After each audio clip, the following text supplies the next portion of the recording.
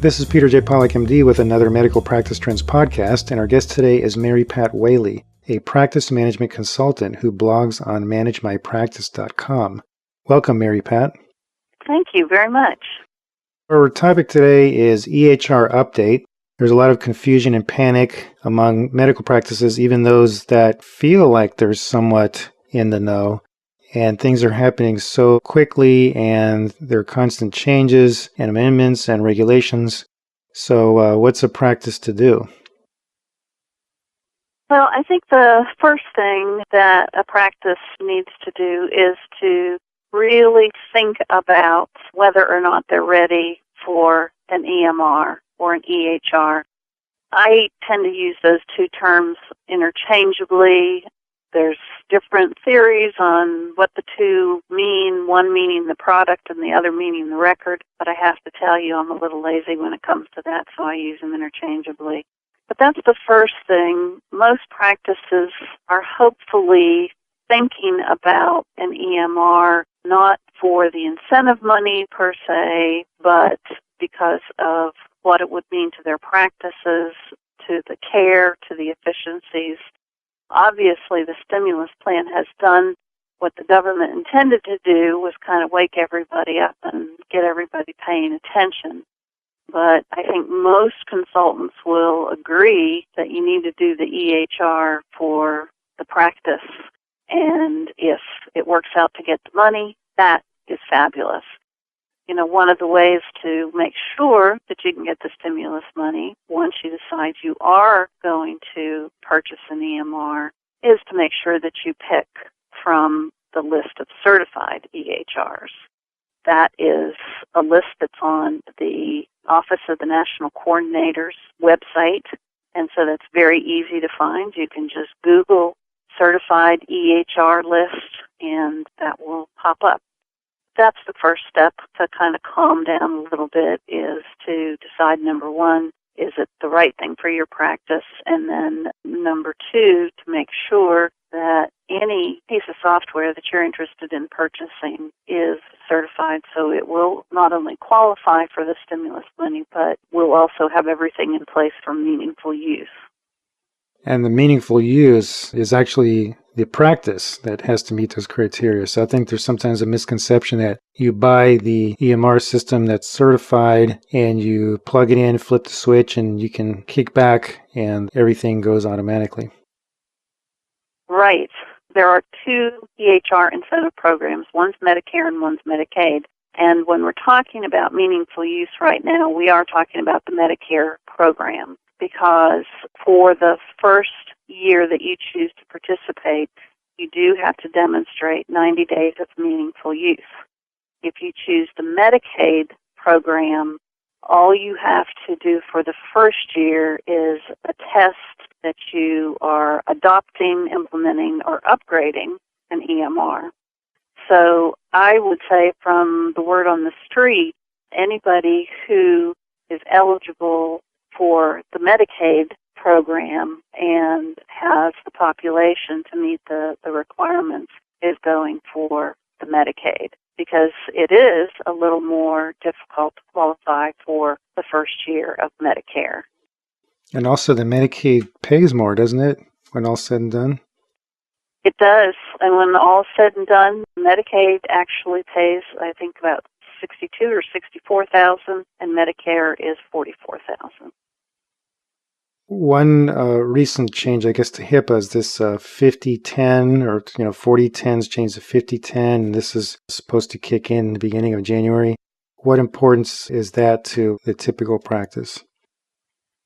A lot of practices are a little confused about this, and for the most part, if you are not submitting electronic claims directly to the payer, you do not have to be overly concerned about the 50-10 change, because your software supplier, your practice management system that does the billing, or practice management EMR if it's a combined system, however you're doing your billing, is taking care of the 50-10 transition and is providing the upgrades to the software.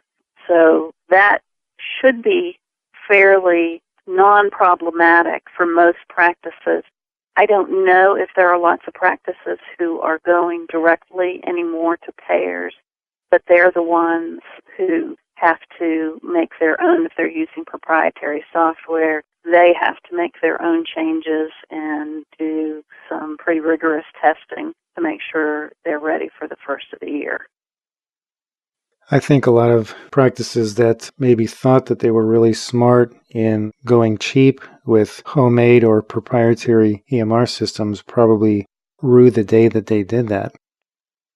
So tell me a little bit then about the ICD-10. I think is not kicking in until the following year, 2013. Is that correct? Right. It's actually in October of 2013, so it's a little more than 2 years away. And ICD-10 is a great thing to be learning about now and thinking about now, and you will have to have an action plan for how your practice is going to change. But for most practices, it's a little premature.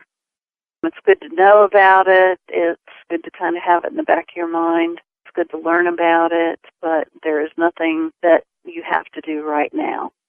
So that at least you can push to the back burner. But is that also something that in all likelihood will be taken care of your EMR system? Yes. Okay. It absolutely, on the software side, will be an upgrade provided by your software vendor.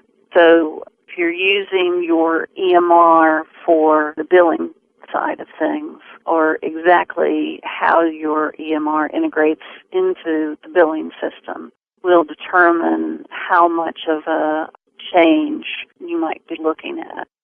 For practices where the physicians are not choosing the specific codes, they're just writing a little abbreviation down, and the coder is choosing the codes, that's really not going to work with ICD-10, because where before there might be just one or two or a couple of codes to choose from, now there are going to be many more. And I really believe it's going to be something that's going to push it so that the physicians absolutely have to choose that code. Anything along the lines of imaging that's new? Starting in 2012, facilities that provide advanced imaging services, so that's CT, MRI, PET scans, have to be accredited through one of the three major accrediting bodies for imaging sites. Hopefully everybody's pretty much up to date on that. The CMS has been sending out letters to sites that are going to have to be accredited. So hopefully everybody's been on that track. I think they're saying that it typically is going to take 3 to 5 months to get accreditation, to get through that whole accreditation process. So I am hoping everybody out there listening has their accreditation underway if your site falls under those guidelines. Well, Mary Pat, if someone wanted to get some more information about your blog or contact you, how could they do that? Feel free to visit with us at the site at managemypractice.com. You can email me personally at marypat@managemypractice.com, and my phone number is also listed on the blog. Lots of follow-up information to the topics that we just touched on in this podcast. So I invite you to come look around and spend some time and read. Well, thanks so much. Thank you.